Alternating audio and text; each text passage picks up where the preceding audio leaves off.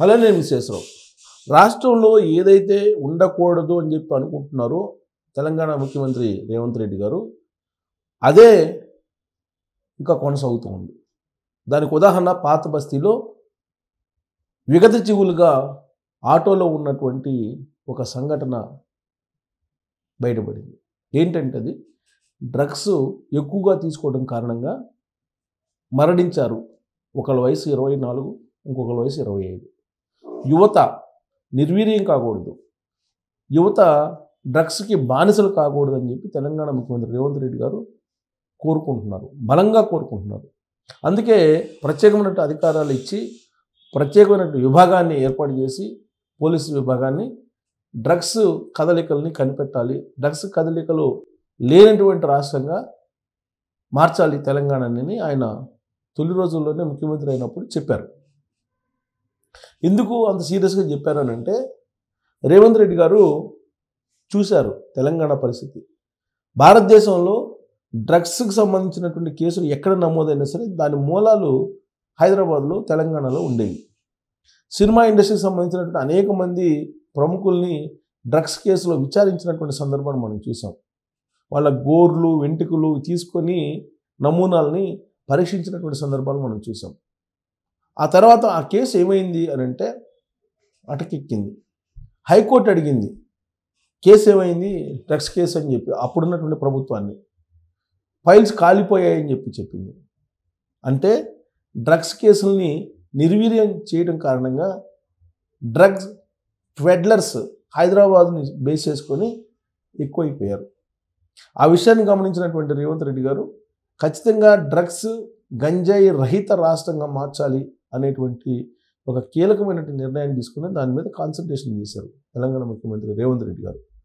ఎందుకంటే హైదరాబాద్లో pub culture, పబ్బుల్లో drugs ఏ విధంగా వాడుతున్నారు, అలాగే రేవ్ పార్టీలు ఏ విధంగా డ్రగ్స్ వాడుతున్నారు, ఇవన్నీ కూడా తరచూ బయటపడుతున్నటువంటి కేసులు.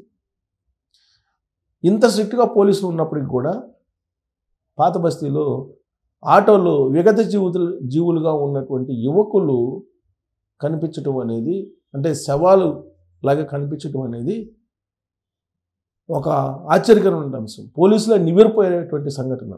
చాంద్రాయణ గుట్ల దగ్గర ఉన్నటువంటి ఒక ఫ్లైఓవర్, దాని కింద ఆటోలో చనిపోయినటువంటి శవాల రూపంలో శవాలలాగా ఉన్నారు యువకులు అక్కడ. ఇది పాత బస్తీలో ఉన్నటువంటి పరిస్థితి. ఒకవైపు రోహింగ్యాలు, ఇంకొక వైపు డ్రగ్స్, ఇంకొక వైపు గంజాయి. అయినా కానీ పాత బస్తీ వైపు ఎవరు చూడరు. పోలీసులు అటువైపు చూడటానికి లేదు. మిగతా ప్రాంతాన్ని అయితే అణువణువు ఎతుకుతుంటారు. అంతేకాదు పోలీస్ వాళ్ళ యొక్క ఆధిపత్యాన్ని కూడా చూపిస్తుంటారు. మిగతా ప్రాంతాల్లో వాళ్ళ పవర్ ఏంటో కూడా చూపిస్తూ ఉంటారు. ల్యాండ్ సెటిల్మెంట్స్లో కూడా కొంతమంది ఇన్వాల్వ్ అవుతున్నారు. కానీ పాత బస్తీకి వచ్చేటప్పటికి అటువైపు చూడరు. కారణం ఏంటంటే ఏ ప్రభుత్వం వచ్చినా అక్కడ ఉన్నటువంటి ఎంఐఎంకి సపోర్ట్ చేస్తూ ఉంటాయి.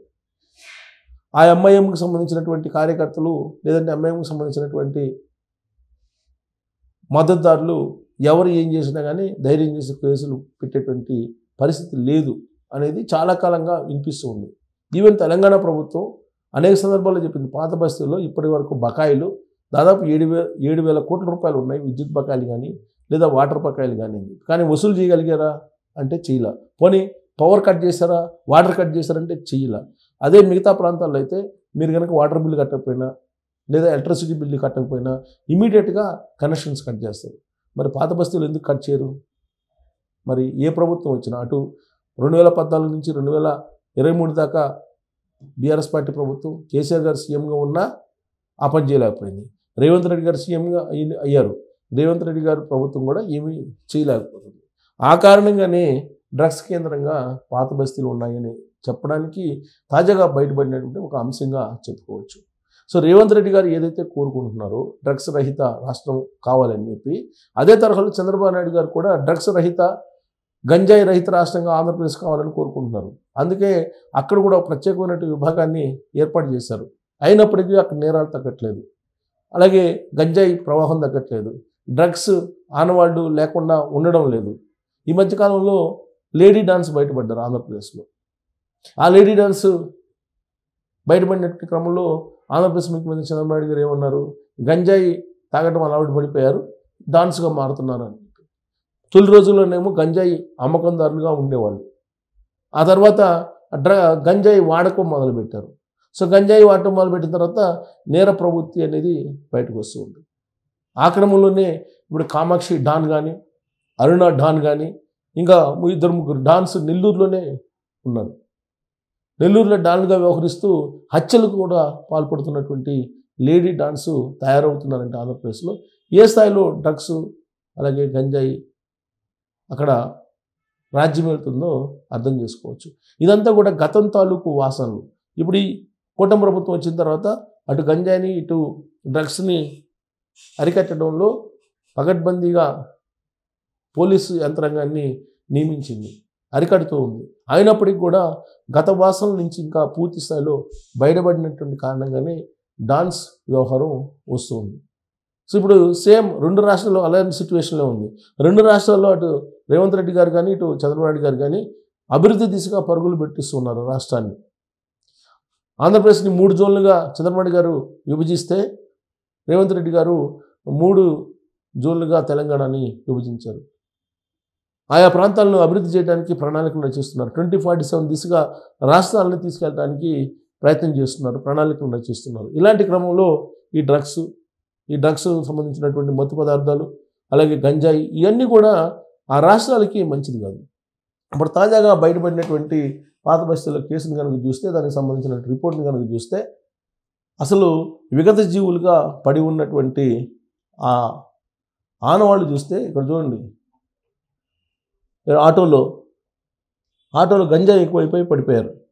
హైదరాబాద్లోని పాత బస్తీలో కలకలం చోటు చేసుకుంది. బుధవారం ఉదయం చంద్రాయణగుట్టలోని ఫ్లైఓవర్ కింద నిలిపి ఉంచిన ఆటోలో ఇద్దరు యువకులు విగత జీవులుగా కనిపించడంతో స్థానికులు పోలీసులకు సమాచారం అందించారు. వెంటనే పోలీసులు అక్కడ చేరుకుని స్థానికుల సహాయంతో మృతులను జహంగీర్ 24 సంవత్సరాలు, ఇర్ఫాన్ 25 సంవత్సరాలుగా గుర్తించారు.